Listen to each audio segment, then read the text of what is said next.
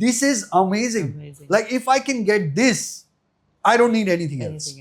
Being an SMP artist, when you feel that, that shows how effective SMP is. I was really confused, like what to do, bro. I mean, it's not some kind of a disease that you can just go and treat.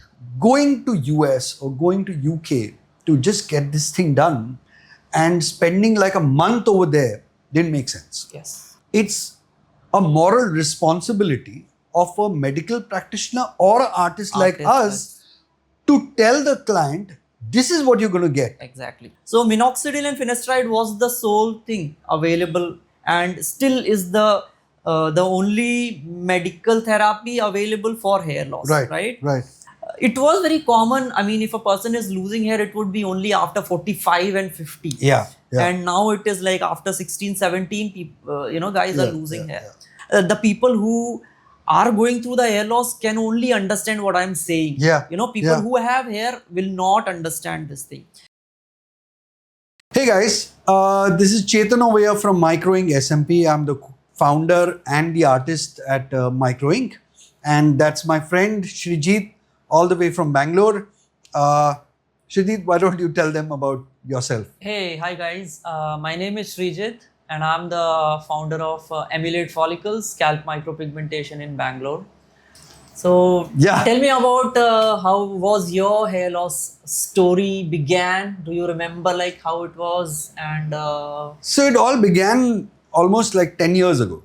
Okay. And I started losing hair and I started like the density kept going down. Okay.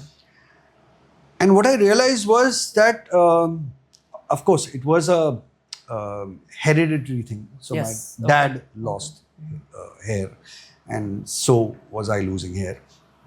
And what I thought was that I will try different ways of styling my hair. But after a point, it didn't work. Did not work. So then I started shaving it off. Okay. And I did speak to a couple of hair transplant doctors, and they just told me that, the kind of density that I was looking at, like the natural density, was not possible. Yeah, the density which you used to have when you were younger. Right? Yeah, absolutely. Okay. So they said it's going to be very scattered, and because of the donor area being very less, weak rather. Yeah.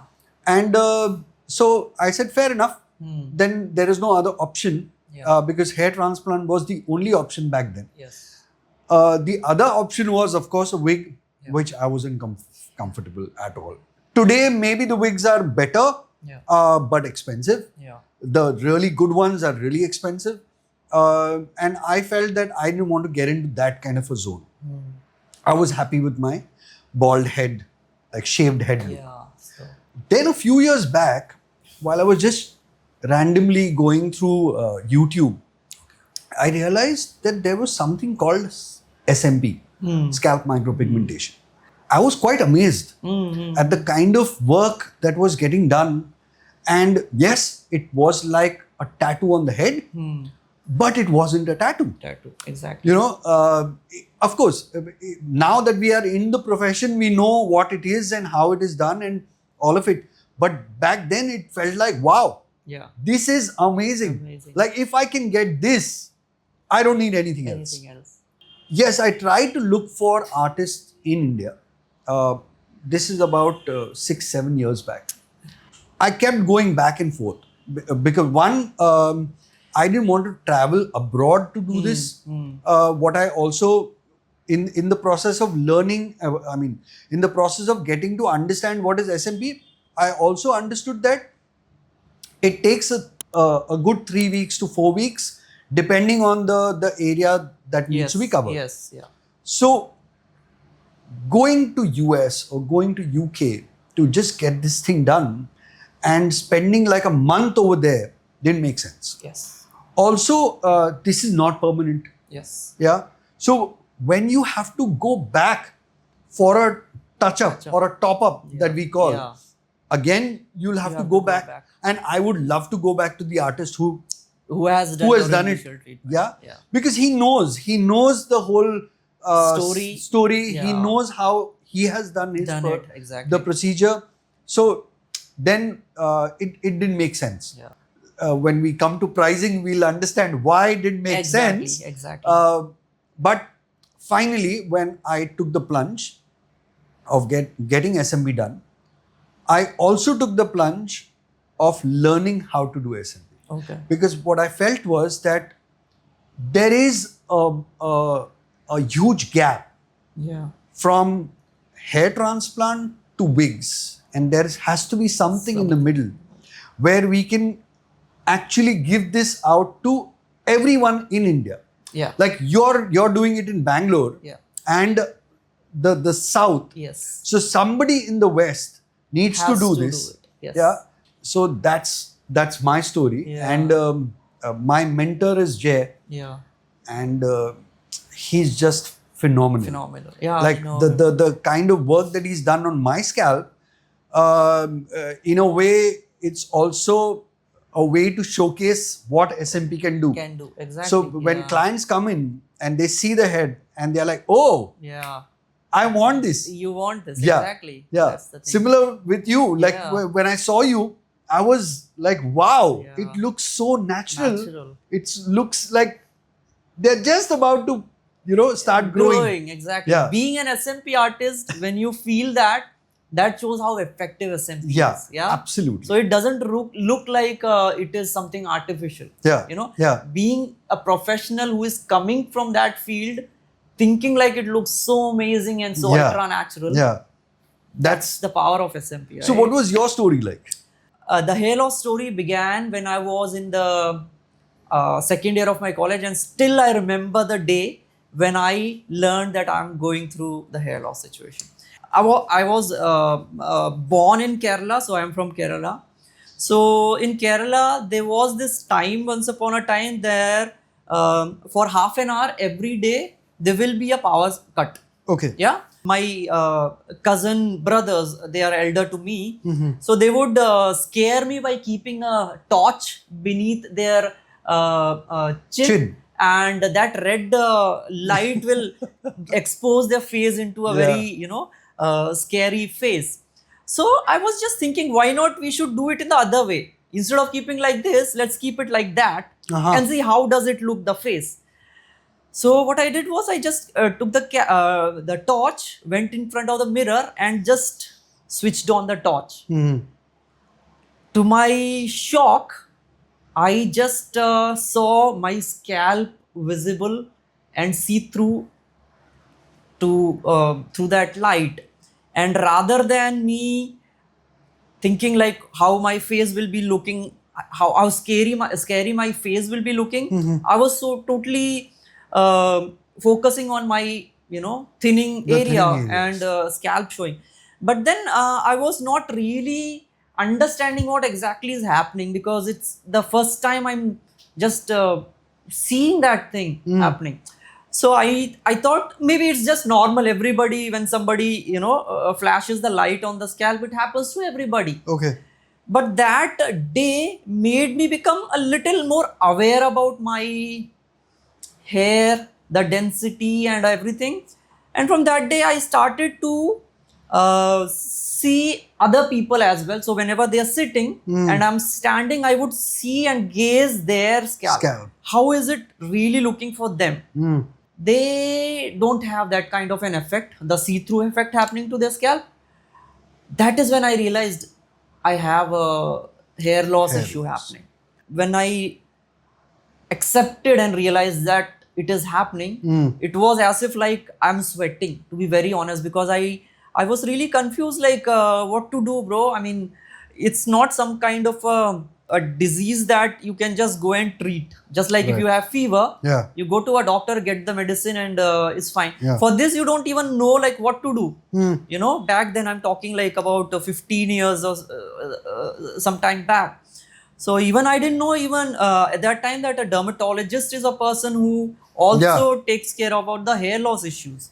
So for a couple of months, I was really not in the state of properly able to think about anything else because of this. Because this became like a very, the biggest priority of mine, Absolutely, to fix it, but not knowing how to fix it was more creating anxiety, sleepless nights and everything. And you know, we were young at that time, so young that it was the time when you used show off your style, your hairline, hairstyles and everything, and that is the time you're struggling with this. Right. So I was from a IT background, so Bangalore was the destination for most of the people at that time. So that was also one of the things which was happening. So I have to also concentrate on that as well. So during that time, I used to see the advertisements of hair oils and all, like you put the hair oil and you grow back the hair and everything. Yeah. So I said, yeah, I think that's the thing, because they are showing me the results, the fix, right? So yeah, let's do that. So I just and these hair oils are only available during that time in Kerala, and I like the Ayurvedic hair oils and everything. So then, since I am in Bangalore, it's not available, and then I would get a pack for 6 months, go to Bangalore and keep on applying that, thinking, yeah, one day my hair will grow back. And this routine of applying hair oil and everything, it went on for like 2 years. And I realized that it's not working at all. It's just like, you know. So was it hereditary, or was it something no, for me, it was really not hereditary, I would say, because my father did not lose his hair at the time when I lost. I started losing hair when I was about 23, 25 in that time. And my father started losing hair, I guess, after 50s. I mean, back then even it was very common. I mean, if a person is losing hair, it would be only after 45 and 50. Yeah. And now it is like after 16, 17, people, you know, guys are losing hair. So something similar happened with my brother. Okay. So I started losing hair in my 30s, early 30s. Okay. He's 6 years younger to me. Okay. And he started having hair loss much before. Okay. So, yeah. After 2 years is when my father told me, why don't you show it to the dermatologist? Until that time, I also did not know that dermatologists would be people who look into the hair loss issues as well. So I just went with a dermatologist, and they gave me 2 medications, minoxidil, finasteride. Since, you know, when you are going to a doctor and you know that they will relieve you from your pain, fever and all, you will be relieved from hair loss as well. Yeah. I was super happy because I got a fix, right? Hey. So then there is a proper routine of applying minoxidil 2 times a day, morning and evening, using 1 mg of finasteride once in a day. This started for me, and I was very excited for a couple of months. And the doctor told, like, it will you will get back the hair within 3 to 6 months and all those stuff. So minoxidil and finasteride was the sole thing available, and still is the only medical therapy available for hair loss. Right.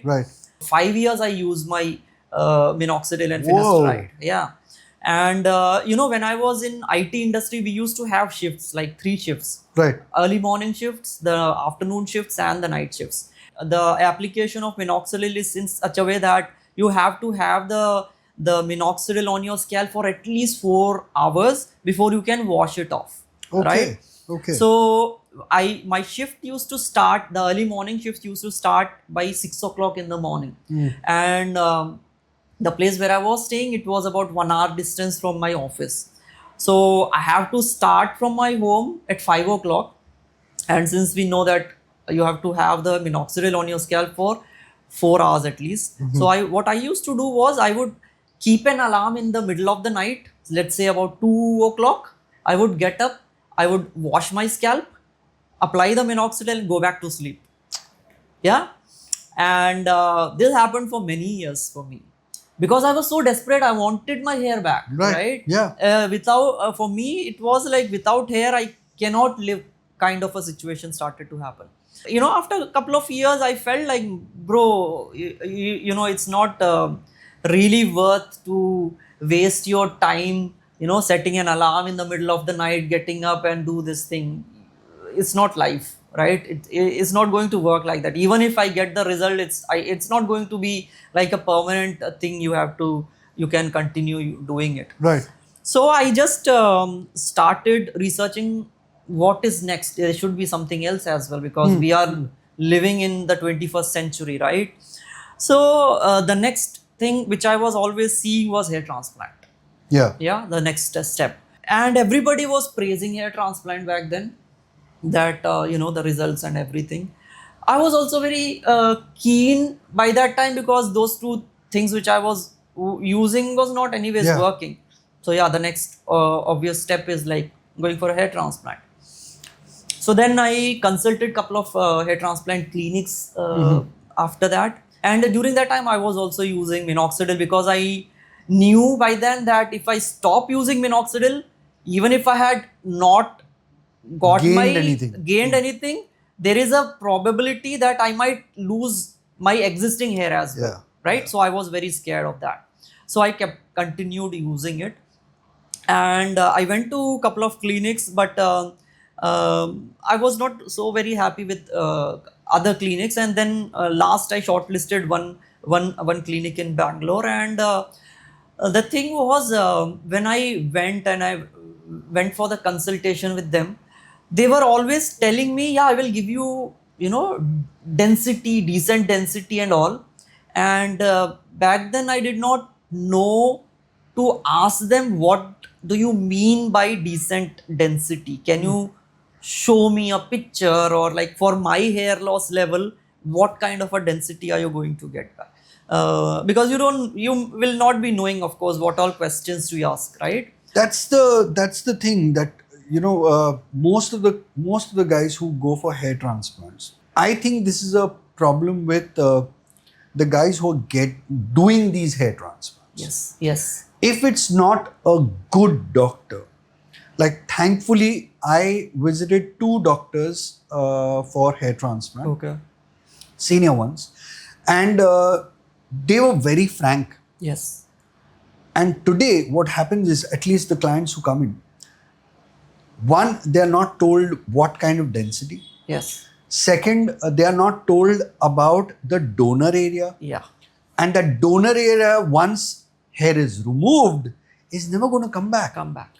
I've had a client who's come in, and it was a female. She didn't know till I spoke to her, and she's got a hair transplant done. She's come to me for a SMP, for a little added density. And when I told her, your back of the head, I would like to check. She said, for what? I said, because that's your donor area, right? Yeah. And that's where they have removed the hair. She said, no, but that hair must have come back. I said, that's not possible. Yes. Because once the donor area has given away the hair, it's never going to come back. So when I tell, and there are a few more clients who came in afterwards, and I asked them, what have the doctors told you about the donor area? And so, nothing. I was like, you need to ask these questions. Exactly. At the end of it, it's a moral responsibility of a medical practitioner or an artist like us to tell the client, this is what you're going to get. Exactly. And you have to be truthful. Exactly. Yeah. That's the thing. What I don't understand is, how are these people getting away with this? Seriously, to be very honest, even right now, I am thinking the same thing. Yeah. It's a morally ethical thing to do. Seriously, because the thing is like, when we not tell everything, the entire thing about a solution, you're not actually helping them. Yeah. You're not you really have to enable them to take that decision. Okay, exactly. This is why I want to get this thing done, because this is what it's going to give me. Exactly. So, yeah. So that realistic expectation has to be set. Yeah. So the same thing, it happened to me, that when you are in the hair loss situation, you're always looking for a person who is telling that they will be fixing your hair loss situation as a god, to be very honest. Because the hair loss is such a situation. The people who are going through the hair loss can only understand what I'm saying. Yeah. You know, people who have hair will not understand this thing. That when a person is going through the hair loss situation, he is in a very, very, very bad mental state. Yeah. And when he is going to a clinic or a person in that clinic for help, he is considering them as a god, you know, because they are expecting that their once upon a time that density and the fuller look which they used to have, and they were not anytime concerned about their hair loss. They wanted to get that kind of a life. Yeah. So yeah, the same thing happened to me when they told me I'll get a decent density. Immediately I expected that yes, I am going to get back that same density which I used to have. Yeah. And as we know, after the hair transplant, we have to wait for at least 7 months to see The what results. is growing back, Yeah. right? The another thing is they did not tell me about the thing that after a hair transplant, also you have to continue minoxidil finasteride for the lifelong, because your native hair will fall, because you have already started the male Yeah. pattern hair loss. And I found out by my research that it has to happen. Every day I was very excited for those 7 months that yeah, I'm going to get my hair back. But after 7 months also, my hair was not as dense, because what they did was they put the hair in this area. They have done nothing at this area, you know. So after the failure of my hair transplant, yeah, as we were telling about the donor area scar, and I was also not told that. Yeah, so I was growing my hair. Then what happened was one of my colleague, he also started losing hair, and he started applying minoxidil and finasteride. So for him, dermatologist told him that you get more effectiveness of the minoxidil when you keep your hair shaved or short. So when you have long hair, maybe the minoxidil is not going to the scalp. You know, I then started shaving my hair every day to started reapplying actually, because I stopped after, you know, those failures happened. And then I restarted applying the minoxidil finasteride by shaving my hair always short and shaved. This happened for 6, 7, 8 months. I did not see any results even after that. So I said, I then thought like, no man, it's all gimmicks and all. No, you know, it's like a 50-50. Maybe some people get the results, maybe some won't get. And I think it's already written on the prescription, the minoxidil box and all that.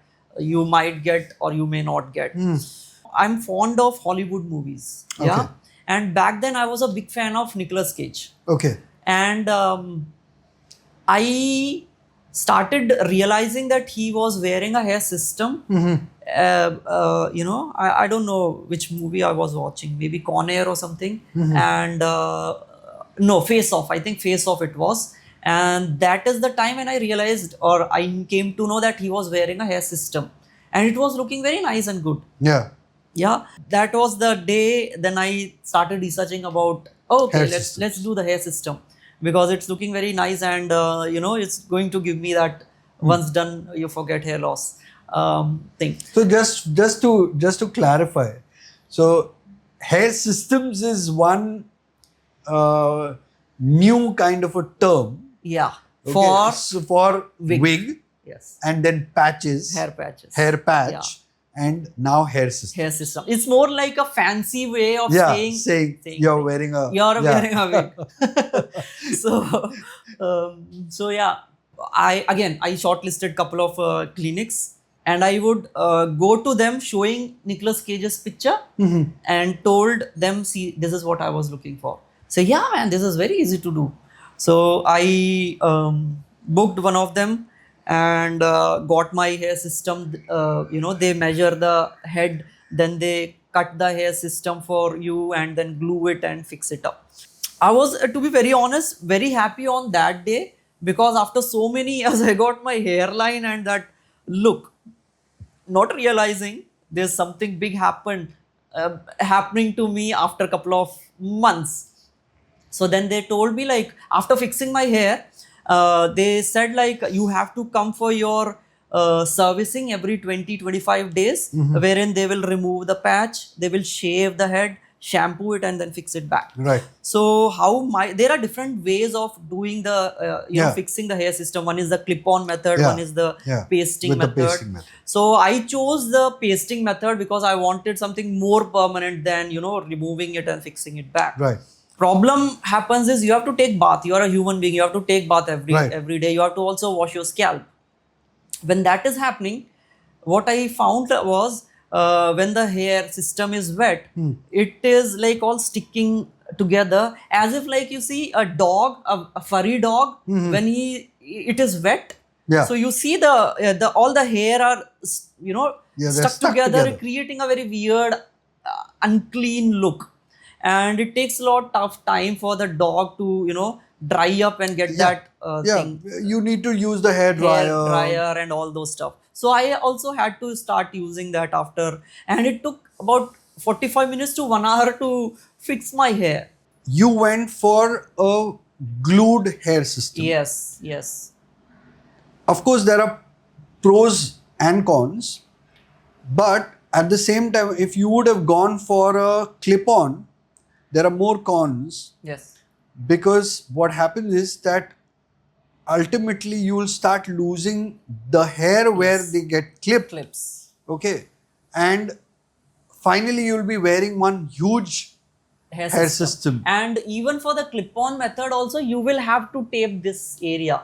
Okay. Because there's no other way to lock the hair system here, because you don't have any hair remaining here. Right. Anyways, any hair system you use, you have to use glue in certain areas. And when you are continuously using the glue, you are making your scalp unhealthy. Right. Which people who are using the system may not notice it, or when it becomes too aggressive that they get the infections and irritation, that is when they realize it. Right. Okay, so this happened to me as well. Or else you should have 5-10 hair systems that every hour you remove it, put the other one, and you have one person, dedicated so person. So basically, it can work for one people who, like celebrities. Yeah. They because they have the means and the money to do all of this. Yeah. And that's what I tell a few clients. Well. Or you have to be so good with fixing your own system. And I've come across a client for a good 15 years or maybe 20 years. He was using a hair system. Okay. And he's so good at it that he can fix it himself. He can cut his hair. He can do everything. Yeah. From servicing to cutting everything. Whenever I was going out after my fixing the hair, I could notice that people are looking at me, staring at me. Initially I thought like maybe I was looking so good that they are staring at me. Then I realized that it's not the looks. It's actually that they are able to notice that it's hair system. Yeah. And there are those really weird stares. They're checking you out. Exactly. They're checking you out. Yeah. But the thing is, like, when they are checking out, they cannot tell you, bro, you're wearing a hair system, because it's embarrassing. You know, in a society, we are living in a society that you don't want to embarrass another person. It will be embarrassment for the person who is telling you that you are wearing a hair system. And of course, the person who is wearing, he will be like anyways embarrassed. So they won't tell it. I used it for 4 months. After 3 months, I went to my native. My father and mother saw me with the hair system for the first time, that after 3 months. And I still remember there was this day when we had to go attend a wedding. And I had to take bath. It took me so much of time to fix the thing. And we were standing outside, and my father was really angry looking at me. Then he told me, actually he blasted me, what the hell are you looking like? Just because of the hair system, it was looking super weird. To be very honest, it really hit me like, somebody just punched me. My father, of course, he will tell me because he's my family. He can tell me. Yeah. As I was telling, another person will not tell you all these things, right? After that, I was so desperate that I wanted to. First thing was, I did not want to attend that wedding at that time. On that day, at that moment, I fixed in my mind, the moment I reach back to Bangalore, I will get rid of that. I'll keep my hair shaved and I'll be fine with that, because it was that kind of a thing. And you know what happens during the maintenance time, you know, when you are every day when you are combing, you have to comb your hair also, right? That hair system. When you're combing, just like your normal hair breaks, the hair from the net also will break. Right. You know, so many people may not be knowing it who are not wearing a hair system. So when you're breaking the hair from that system, it creates the bald spots as well. Right. So when you're going for the hair systems maintenance, you will do the maintenance of your scalp, and also you have to fix that bald spot. So they will be weaving that area. So back then they would charge me 2,500 for servicing, the cleaning and you know, cleaning the hair system, cleaning my scalp and shaving.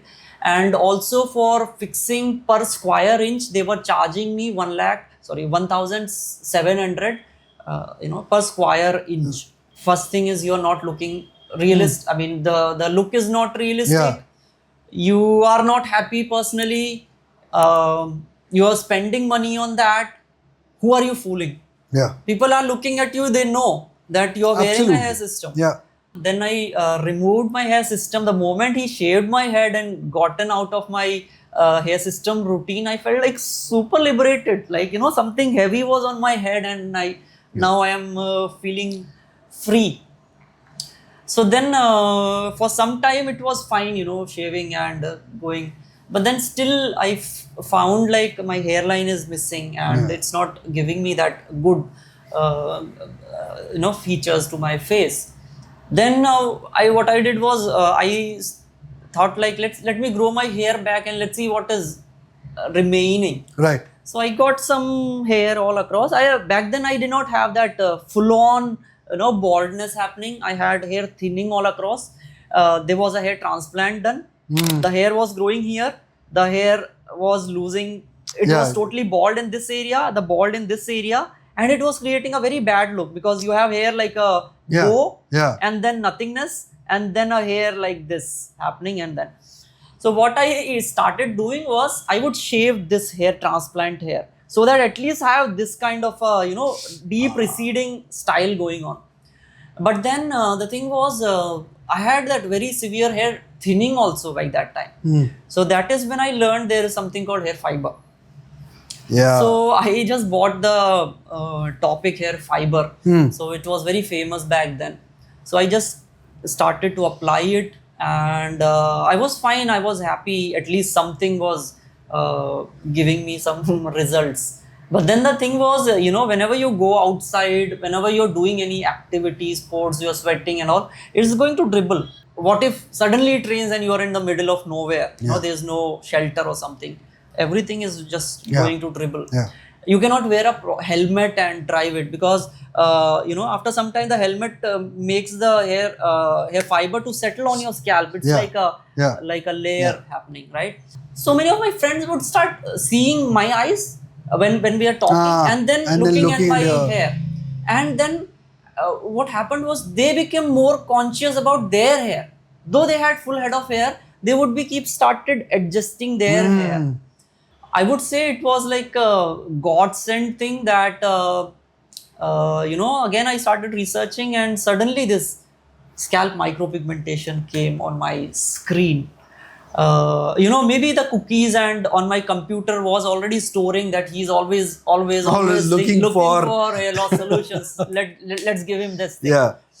So I saw this hair, scalp micropigmentation. We should be thankful to the algorithms. Very, very thankful for algorithms. I saw that transition of a bald guy to a fuller head of hair look. I was really stunned, and I actually thought this is not real. You know, there is some computer tricks happening at that time, that they just doing it because everybody is doing that kind of a thing, you know, until I know I've gone through that. Everybody is tricking me. From that day onwards, I started only researching about scalp micropigmentation. I did it for 6 months. I still remember that.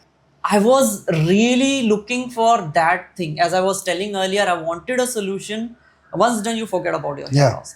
and that was really, at least on the screen, it was giving me that thing. As you were telling, it's majorly during that time in Europe, America, and those countries. To go there, get SMP done, it was financially not practical. I did my math as well, the financing part as well. I got that rough estimate of about 8 lakhs to 10 lakhs, because you have to pay, during that time the pricing was $2,500 to $4,000. So it was close to 3 lakhs to 5 lakh rupees for your SMP treatment, your flights. You have to stay there for at least 1.5 months. So that all together comes around 8 lakhs to 10 lakh rupees. I really was like, as if like I got the solution, but I'm not able to catch it. Yeah. So that was the thing. I knew that this is something which I want to do and I will do it. Until that time, I was going through the hair loss. I was trying the hair loss solutions, failing, and that was actually making me more and more depressed. More sad, more anxious, and I entered into the state that I started feeling that I'm a handicapped. Because hair is a part of your body, and it has gone, it is going, or it has gone, and it's not going to come in this life. It basically disrupts and makes you underconfident. Exactly. And this disruption enters into every part of your life. Be it your social life, your family life, your work life. And it disturbs you in such a way that you cannot do any work 100%. It's not practical to go to other country and get it done. So then I started seeing who are here in India who are doing SMP. So I got a list on Google, and I shortlisted all of them. I would call them, and so many funny things happened back then. Like I still remember that one of the clinics I called, and they say, I told them like I want to get scalp micropigmentation, and she was telling, what is scalp micropigmentation? She's asking me. The people who are telling that they are doing SMP, they are asking me what the hell is scalp micropigmentation. I just kept it. See, that 6 months of my research gave me enough information about what scalp micropigmentation is, everything about how it has done, and all those stuff. So some people were telling, some clinics were telling it will take 9 months to complete your SMP. Some were saying SMP is not made for Indian skin and all those stuff. It's just like you kind of understand that these guys, one, are not aware of what SMP is, don't have the education, and don't have the knowledge per se. And also then I realized most of them were doing hair transplant, who were saying that they are SMP. They are also doing SMP, and majority of them were trying to convert them for their hair transplants. A lot of hair transplant doctors, and they are good medical practitioners, do mention on their websites that they do SMP. Yes. Now, thankfully, my brother-in-law is a bald guy, or rather, let's not say bald, but he's on the verge of getting bald. So he made a couple of calls to the clinics. And what he could understand was same thing. The only reason that they are mentioning SMP is so that they get the call, and then they can convert that particular client into hair transplants. That's about it. That's the same thing happened to me, and actually same thing happened to so many of my clients. And I would say unlucky for them that they fell into that trap, got the bad failed hair transplant, and then they had to come for SMP. And almost every person who had come to me or has come to me for the SMP after hair transplant, they told me I should have come for SMP if I had known this before. hair transplant. Absolutely. This is exactly what even some of the clients who've come in after their hair transplant, they're like, I wish I knew about SMP. Yeah. I wouldn't have gone for hair transplant. Exactly. But the thing is, I would make fun of them telling that, see, you are telling this just because you have got a failed hair transplant and you now understand the value and effectiveness of SMP. Yeah. Had you not gone for hair transplant, you wouldn't have told that. There are so many people, who calls me and say, when I tell them the SMP, the pricing and all, they said, I can go for a hair transplant for that. Why should I come for SMP? Not realizing that they are not a good candidate for hair transplant. Yeah. And they will realize it once it is failed. Yeah. That is when they regret. Yeah. And then they tell, that I should have come for SMP than going for a hair transplant. Yeah.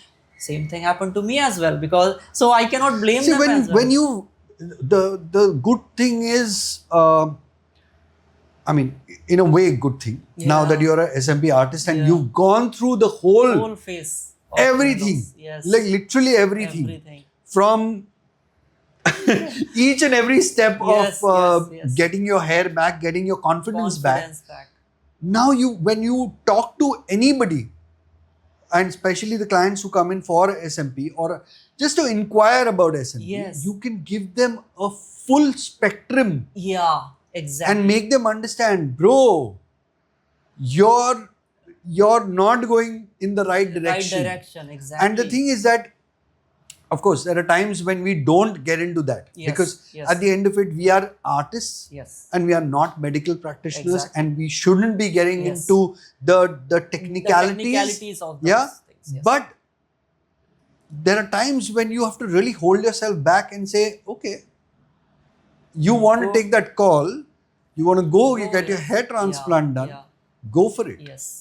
I think we should end today's episode at this point. Yeah. And we are going to continue in our next one. Yeah. And we'll tell you all more about SMP. Yeah? Yeah. See you guys. See you.